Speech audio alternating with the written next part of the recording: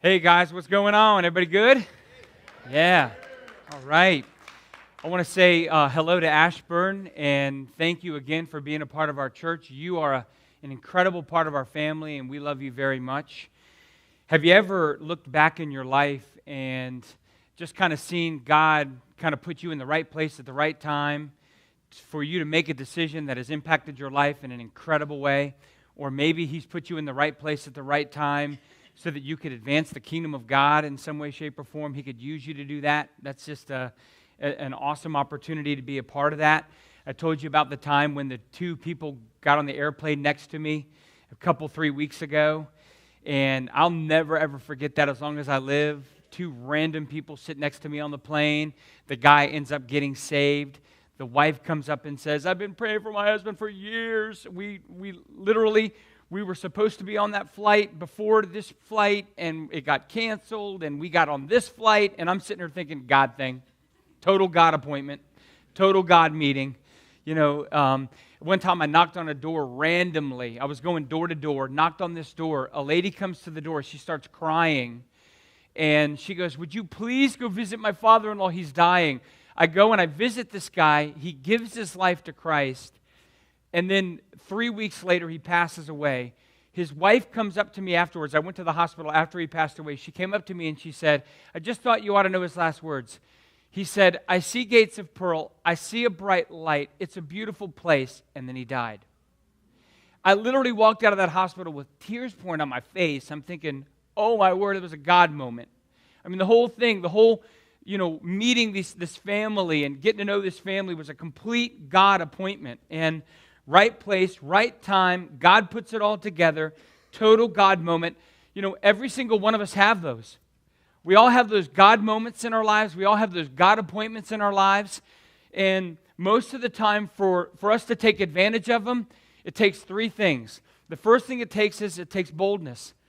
You know, you got to say something. You know, if you feel that God has put somebody into your life for a particular reason, and you stay quiet and you don't say anything about God, it'll be a missed opportunity. And so a lot of times it takes boldness. And I am the chief wimp when it comes to not saying things. I've said things in the past. I haven't said things in the past. You know, I'm sure there's been a lot of God moments and God appointments where I have completely faked, and I shouldn't have. You know, but you got to have boldness, and you got to say something about Jesus or say something that God lays on your heart. You got to have a little bit of margin, because if you don't, if you live your life from second to second to second, then you'll start to see people as interruptions and not opportunities. Literally, that's going to happen. If all you're doing is constantly running from this thing to the next thing, then you just won't have time for people. And all those God appointments are going to pass you by. And then you got to have a kingdom perspective to be able to look at the big picture. Why is it that God brought this person into my life? It's not an accident. God did it for a reason. And I got to keep my eyes open to that and understand that there's a bigger picture here. And so God's doing all that with us. God's given us all of these opportunities. And, you know, He wants us to just take action and be bold and take advantage of these opportunities that He gives us. And one of the things that I believe is that promotion is linked a lot of times to boldness. Sometimes I think God is just waiting for us to have enough guts to stand up and say, here's a need, I'm going to fill it. I'm going to do what it takes.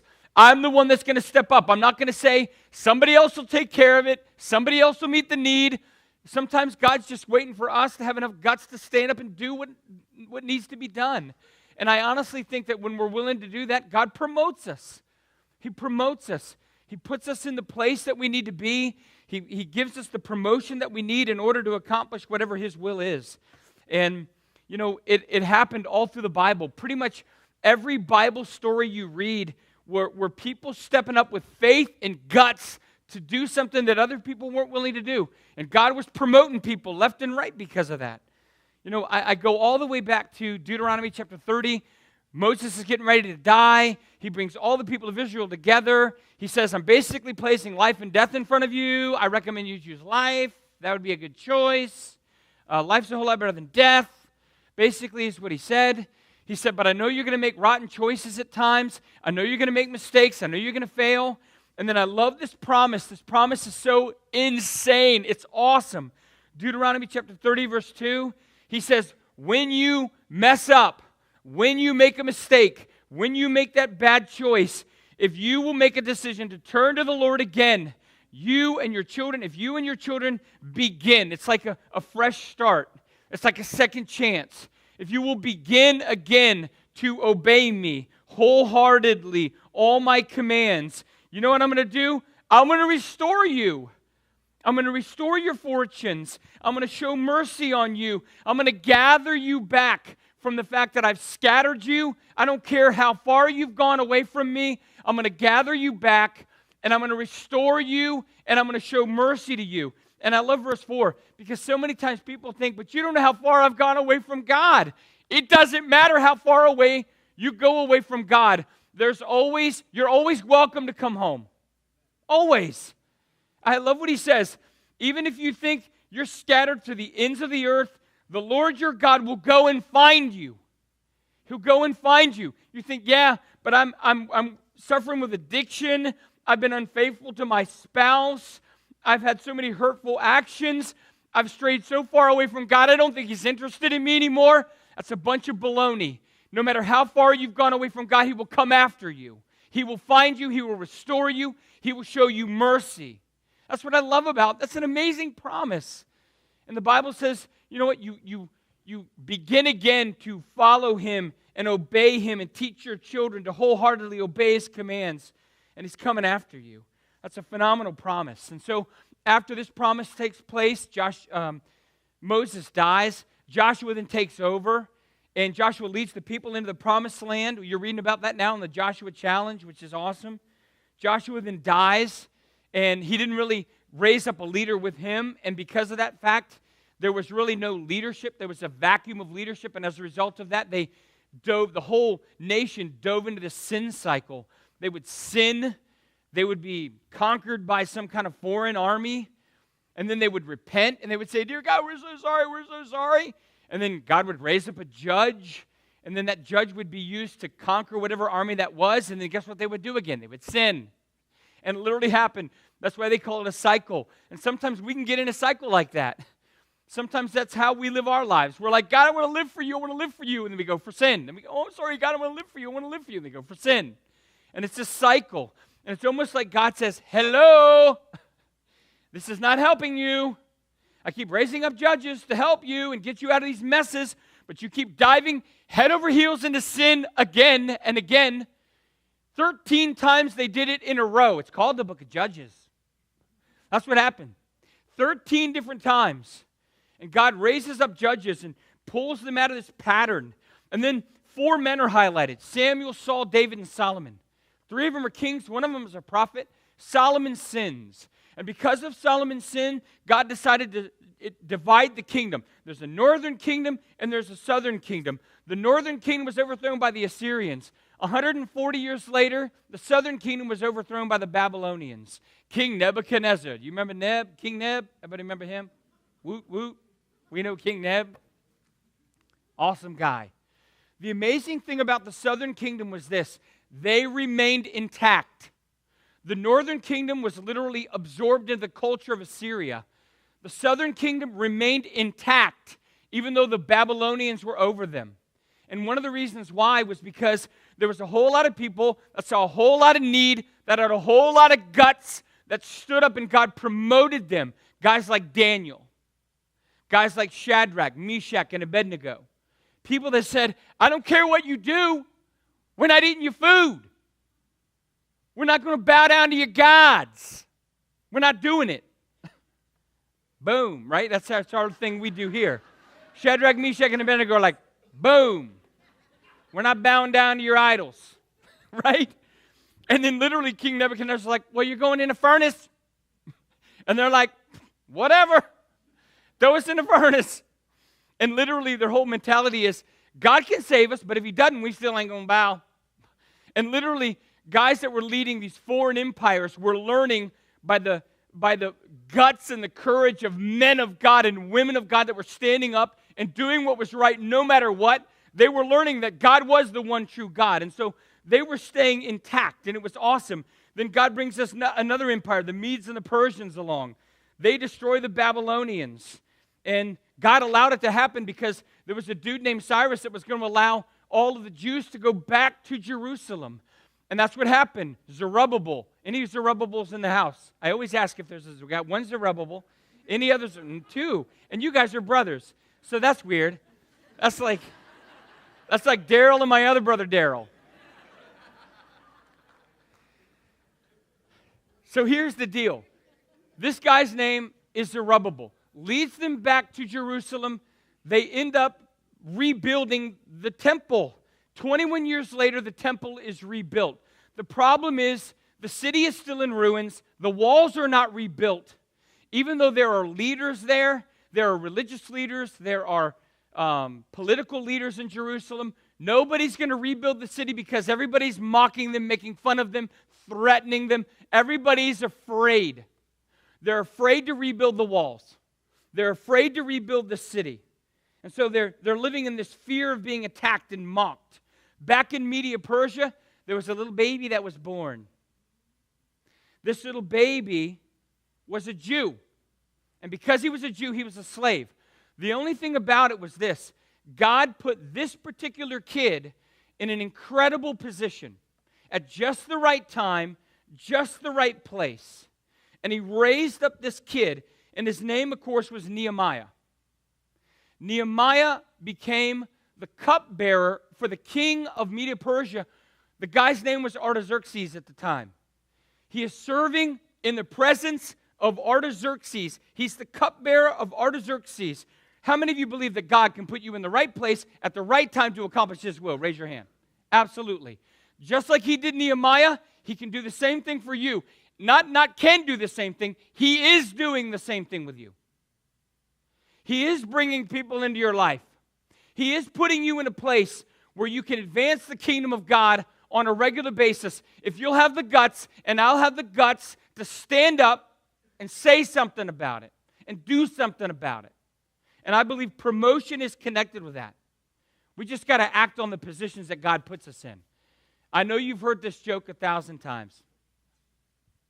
The guy's standing on his roof and the flood's coming up. And he says, God save me, God save me, God save me. And a boat comes along. He says, get in the boat. And the guy says, no, thank you. My God will save me. So he looks up to heaven and says, God save me, God save me. And the boat comes by and he says, get in the boat. He says, no, my God will save me. God save me, God save me. And a helicopter flies over and drops down a ladder and says, get on the ladder. He says, my God is going to save me. The helicopter flies away. The floodwaters come up and the man drowns. And he goes up and he stands before God and he says, God, I begged you 3 times to save me. Why'd you let me down? God said, I sent you 2 boats and a helicopter. What do you want? I know you've heard that. But I debated whether or not to put that in there. But the fact of the matter is, God is putting us in a position to have our needs met. He's putting us in a position to be able to be used by Him in amazing ways. We just have to have enough guts to know that God is doing something, that God is moving, and we have to get on board with what God is doing. A lot of times the problem is we just don't do it. And so Nehemiah did. Nehemiah acted with courage. His brother Hananiah happens to go to Judah, comes back, speaks with Nehemiah. First question out of Nehemiah's mouth is this. So how's everybody doing in Judah? How's Jerusalem? And there's one answer. The answer is pretty simple. Nehemiah chapter 1 and verse 3, it's in your notes. He basically says things aren't going so great. Things are pretty bad in Jerusalem right now. As a matter of fact, those who are there, those who return back to the province of Judah, things aren't going well. They're in great trouble. They're in disgrace. The wall of Jerusalem has been torn down and the gates have been burned. The only response that Nehemiah had was this. He just sat down and he started crying. He sat down and he started weeping. And the Bible says that for days he mourned and he fasted and he prayed to the God of heaven.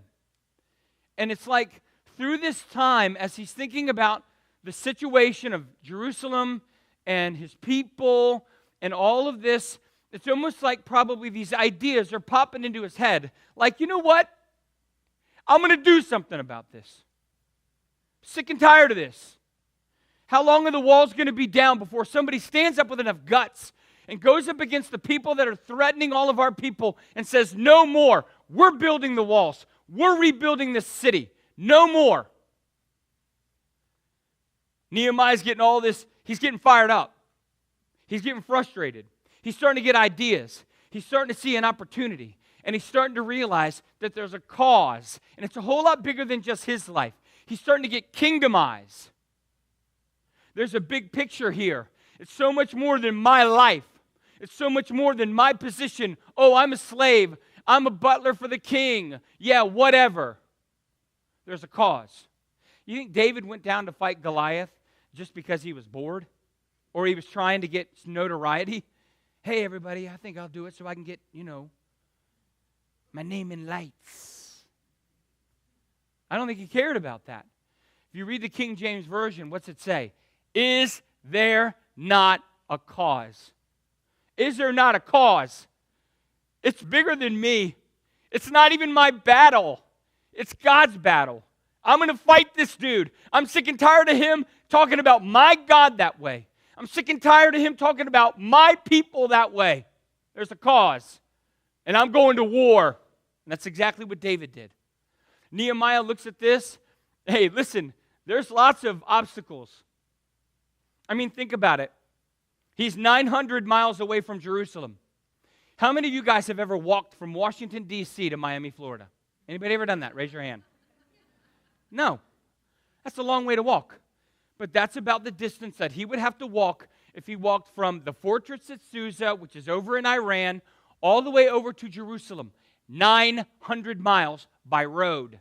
That's a 4-month journey that takes an awful lot of provision, that goes through an awful lot of dangerous territory. Not to mention the fact that he's got that whole slave butler thing going on. It's kind of hard to say, maybe I can just duck out for like 4 months and walk over to Jerusalem and take care of the problem. Okay, so let's say he could make the journey. Then he's got to get the material to build all this wall. This wall was about 13 miles long.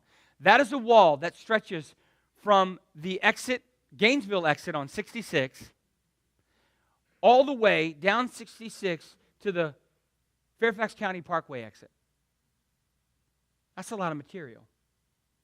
I mean, that requires a whole lot more than just, I'll just drop by Lowe's on the way over there, and I'll pick up a few things so I can build a 13-mile wall around a city.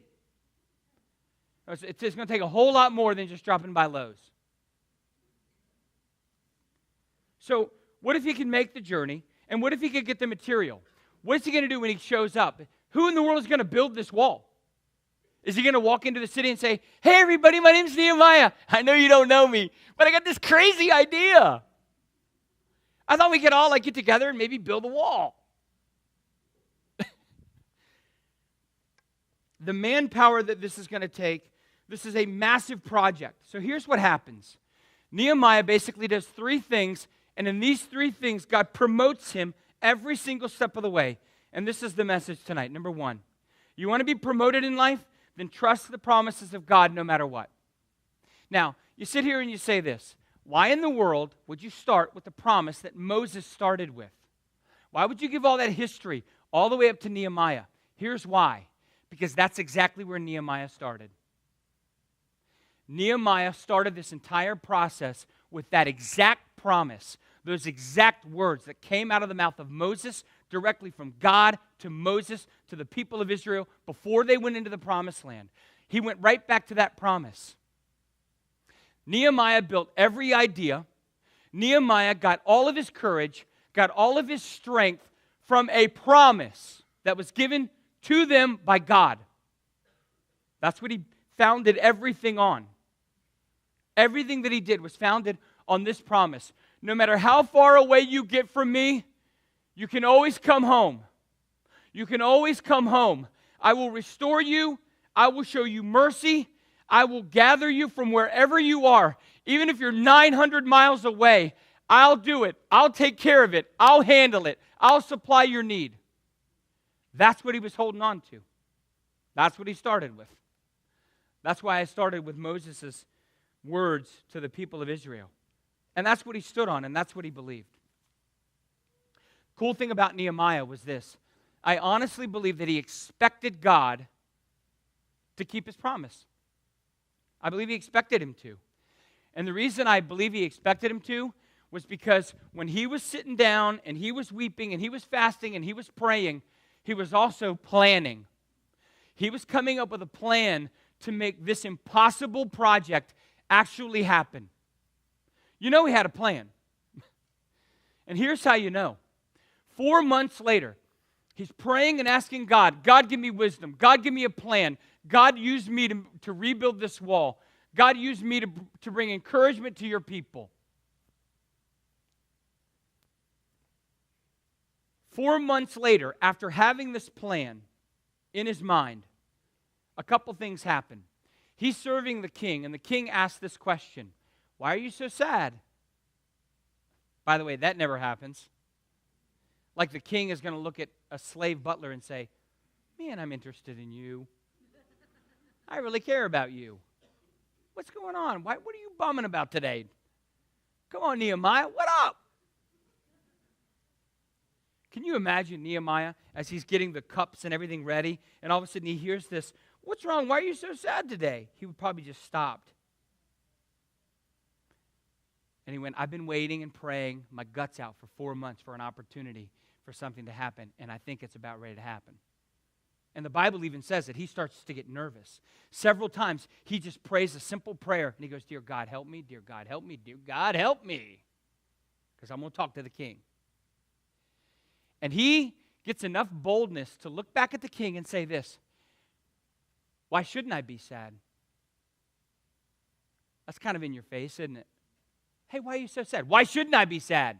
Oh, fine, be sad. Have a nice day. See ya. He says, why shouldn't I be sad? The place where my ancestors are buried is in ruins. And they're a laughing stock. Everybody's making fun of them. Next words out of the king's mouth are ridiculous. This is what he says. How can I help you? He knows right then and there that God of the universe has taken 4 months to take this plan and all these prayers and put this together at just the right time, in just the right place, with just the right person. And it's going to take a lot of boldness for him to stand up and make a difference. But through this boldness, this man's going to be promoted.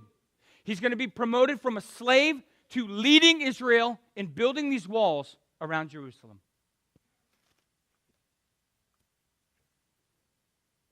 Now, he could have said something like, no, it's cool, I'm all right. Forget it, don't worry about it, I'm good. He could have said that. But he comes back with a plan. He literally comes back to the king. Yes, you can help. Here's what we can do. Number 1, send me back to my city to rebuild it. Number 2, give me letters that will help me west of the Euphrates River because there's a lot of crazy people over there, all right? Number 3, write a letter to Asaph. By the way, if you don't know him, he's the one that keeps your forest. And I want him to give me all of the supplies that I'm going to need to be able to rebuild the walls of Jerusalem. Tell me he didn't have a plan. He came out with a 3-step action plan right then and there. He had already made the plan. He was just waiting on God's timing for just the right time with just the right people involved. All I'm saying is this. He was a man that lived on the promises of God. And my question to you is this. What if we lived that way? What if we actually believed that if God made a promise to us, he was going to keep it, period. We knew it beyond a shadow of a doubt. And not only did we know it, but we lived like we knew it. We lived like God was going to keep a promise because he made a promise. Let me give you 3 promises that God has made to you. Number 1, God literally said this in his word, I will supply all your needs. Let me ask you this. Do you live that way? I don't. A lot of times I don't. I know God has made a promise that he's going to meet my needs. The problem is I'm so stinking afraid, and I've got so much stress in my life trying to make sure that all my needs are met. It's all on me. God's the one that made the promise to me. What if I lived like Nehemiah? What if I said, you know what? God made a promise to me, and I know for a fact he's going to meet my needs because he said he would. I think I'd have a lot less stress and a lot less fear in my life. Philippians 4:19, my God shall supply all your need according to his riches in glory by Christ Jesus. How about this promise? My grace is sufficient for thee. That's a good one. My grace is sufficient for thee. That word grace is incredible because it literally means pleasure, joy, favor, benefit. We look around at all the people around us and we think, I want more pleasure. I want more benefit. I want what they have. Boy, they drive a nice car. They live in a nice house. They've got all these things. They've got an amazing family. They've got a great marriage. They've got just an awesome dog. I don't know. I'm making stuff up. But the bottom line is this. You know, here's the promise from God. The promise from God is this. I've given you enough.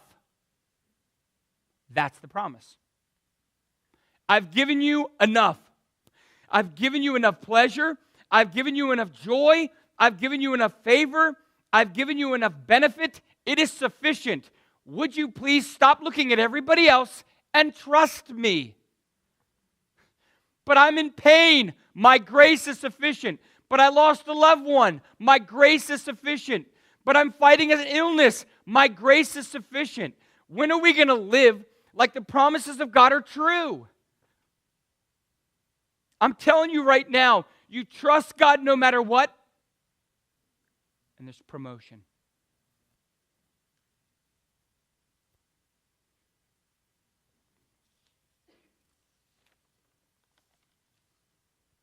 Here's another promise. He says, whatever temptation you go through, you can get through it. That's a really good promise. 1 Corinthians 10:13. I love it. The second part of the verse, it says, he will keep the temptation from becoming so strong that you can't stand up against it. When you're tempted, he'll show you a way out. Wouldn't it be awesome if we went into every single temptation with the boldness to say, no, wait a minute, hold on.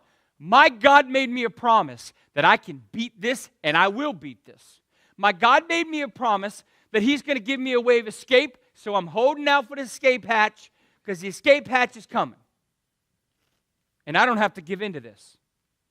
I don't have to. I got a promise from God, and I'm taking it to the bank, and I'm living like it's true. Just like Nehemiah. He bases all of his actions on a promise that God gave to Moses, that Moses ended up giving to the people before they went into the promised land. He cares about Israel. And I love what happens in Nehemiah chapter 2 and verse 20. Nehemiah chapter 2 and verse number 20, he meets up with some opposition. Sanballat and Tobiah, they come up to him and publicly throw him into the bus. And they say this, you are usurping the authority of the king. You are going against the king. I love that. I love Nehemiah's response. It would have been real. You know what I would have said? Here's what I would have said. Hey, let me show you a letter. This letter has, oh, look at the name on the bottom, Artaxerxes. Woo! He gave me permission. You dummy. You are ridiculous. You don't even know what you're talking about. I have letters. Did you notice Nehemiah's answer to these guys? He doesn't even mention the king. He didn't even mention him. They're saying, you're going against the king. He resists the urge to put everything on a physical person. No, the king has given us permission. The king has given us the right. The king is going to give us the power to do this. He doesn't even mention the king. He says, no, our God will help us succeed. That's the only thing he says to Sanballat and Tobiah. Our God is going to take us forward. Our God is going to help us succeed. I love that verse. We are his servants, and we're going to start building this wall. And by the way, let me tell you this, Sanballat and Tobiah, you don't have any stake or claim in it at all. I love that. This guy he has guts, because it's not about a king. It's about the God of the universe raising up a man by the name of Nehemiah who was a slave to do something that is virtually impossible. The second thing, and the next 2 points are fast. Number 2, Nehemiah valued diversity. I honestly believe it. And I didn't even realize it until I was reading Nehemiah chapter 3. Isn't it amazing how God makes all of us different? All you have to do is look around at this room and say, God just He just loves variety. And let's just say that. God loves variety. I mean, if we were all the same, that'd be pretty boring, wouldn't it? I mean, if we were all the same, we wouldn't have very much ability or strength or power. But you give a bunch of people together that are so different, with different abilities, different talents, different backgrounds, different likes or dislikes, whatever. We can be an amazing team together. And I believe Nehemiah knew that. If you want to be promoted in life, value diversity and bring people along for the journey. All of chapter 3, if you read Nehemiah chapter 3, it's literally a list of everybody involved in the project. You got these people building, you got these people building, you got these people building, all the way down through. And it's easy to read it and say, I don't want to read this part. It's like the begats, right? I'm just not getting anything from the begats. Sorry, I know it's scripture, but people think that. So he starts listing these people, like the priests were working, people from Jericho were working, people from Tekoa were working, goldsmiths, people from Gibeon were working. It literally says perfume makers. Perfume makers were working. Leaders of Jerusalem. I love the fact that the leaders of Jerusalem and the priests were not like, yes, get the work done, my children. No, they were like, give me a trowel, let's do this. They rolled up their sleeves, and they all got in there, and they all got dirty, and they all worked together, shoulder to shoulder. They were all completely diverse, but together they became this amazing team. Women were working, Levites, temple servants, merchants, everybody valuing everybody coming together for a cause. If you want to be promoted in life, learn how to love other people, bring them along with you.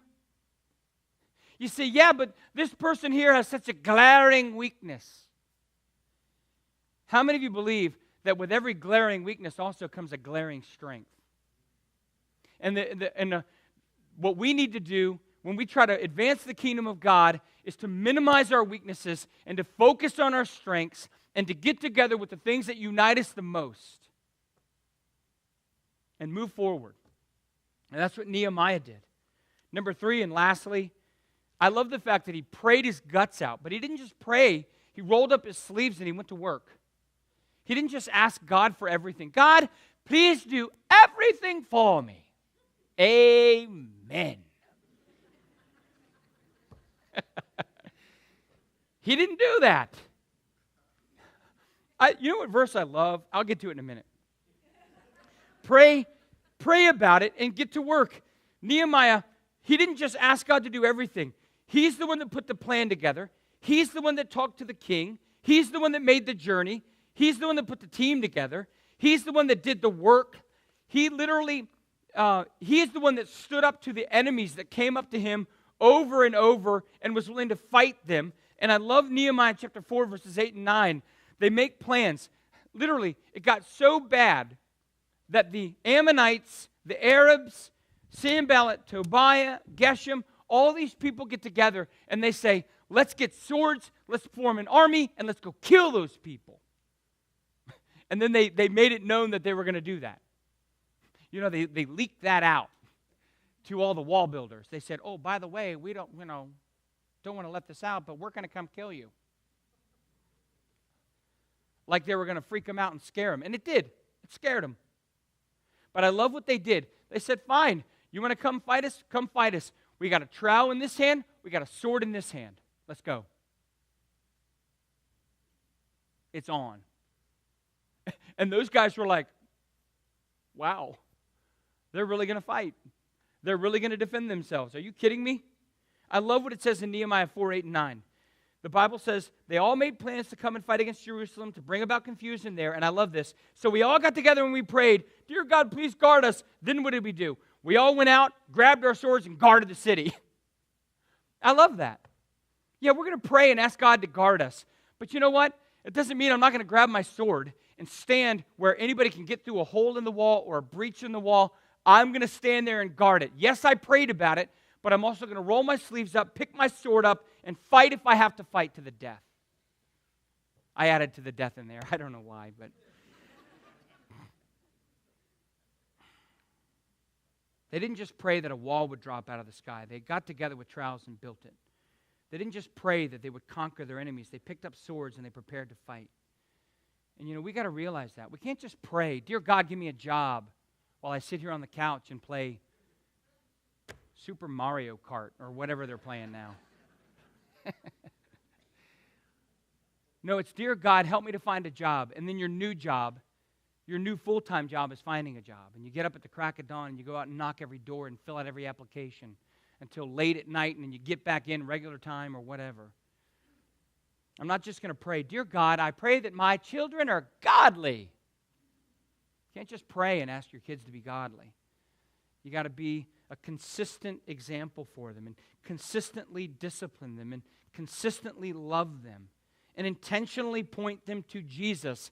And it's a whole lot of work. It takes a whole lot of prayer, but it also takes a whole lot of work. You can't just pray, "Dear God, I pray that my marriage is just incredible." No, you got to work at it. You got to pray a lot, and then you got to spend time with your spouse and love your spouse and be faithful to your spouse and all these different things. You can't just pray and say, "Dear God, make me healthy." No, you got to get a gym membership. You got to push the box of ring dings away. We have one of those boxes in our home. You got to pray hard and you got to work hard. And I just wanted to say that, a lot of times promotion is found when we get to the place where we're just like, you know what? We see the fact that God is putting somebody into our life or a situation into our life.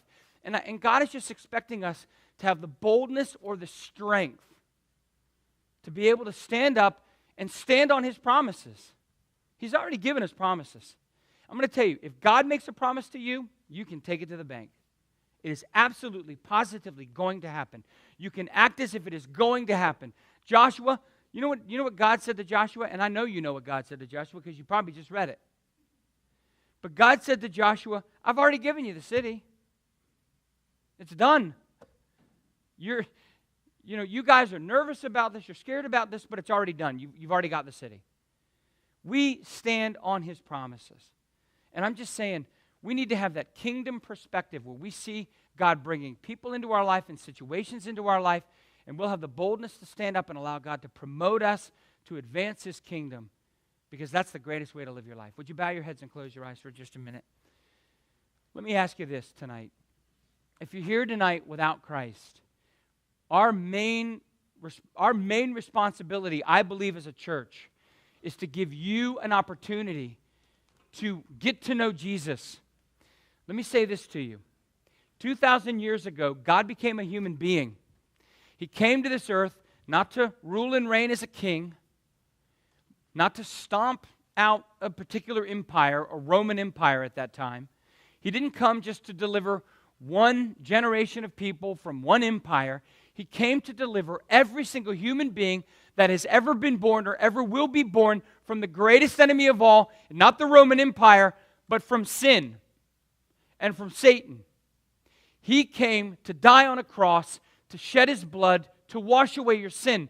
And you know you're a sinner. I'm not trying to be mean or anything. You just know you're a sinner. Every single one of us are born that way. I'm not looking down on anyone saying, "You're a sinner and I'm not." We're all in the same boat. The Bible says, "There is none righteous, no, not one." The Bible says, "For all have sinned and fall short of the glory of God." We are all lost without Jesus. That's it. He's our only hope. You know you're born a sinner because nobody ever had to teach you how to sin. You just know how to do it, and you're really, really good at it. I'm really good at it. But Jesus came to deliver us from that. Jesus came to wash that sin away. That sin is what stands in between you and a relationship with the person that made you, with the God of the universe. He wants to have a relationship with you. He wants you to be in His family. But the only way you're ever going to be a part of His family, and this is just what the Bible says, so don't get mad at me. The only way you're going to be able to be a part of God's family and truly be His child is if you accept Christ as Savior. If you believe in Jesus, that He came to this earth, died on the cross, 3 days later rose from the dead, and He did it all for you. He'll save you right now. You put your faith and trust in Him. Your life will never be the same again. It will never be the same. I'm going to give you a chance right now to just put your faith in it. And I know you're probably navigating through this. I don't know what that looks like. I don't understand this. I know it's hard to understand. Thank God it's simple, childlike faith. That's all you need. Doesn't matter how old you are. If you can hear and understand this message, you can make a decision. Literally, like Moses said, life and death. Life and death is before you. Jesus offers life. Sin offers death and no hope at all. So give your life to Christ. If you'd like to do that, why don't you pray something like this? Dear Heavenly Father, I admit I'm a sinner, and I'm sorry for my sin, and I know it separates me from you. And so I want you to know this. I believe. I believe in Jesus, that He died on the cross, that 3 days later He rose from the dead, that He shed His blood to wash away my sin. I believe it. I pray that you would wash my sin away. I pray that you would give me eternal life. I pray that you would make me a part of your family. I pray that you would give me a second chance. In Jesus' name, amen. I'd like to ask you to stand.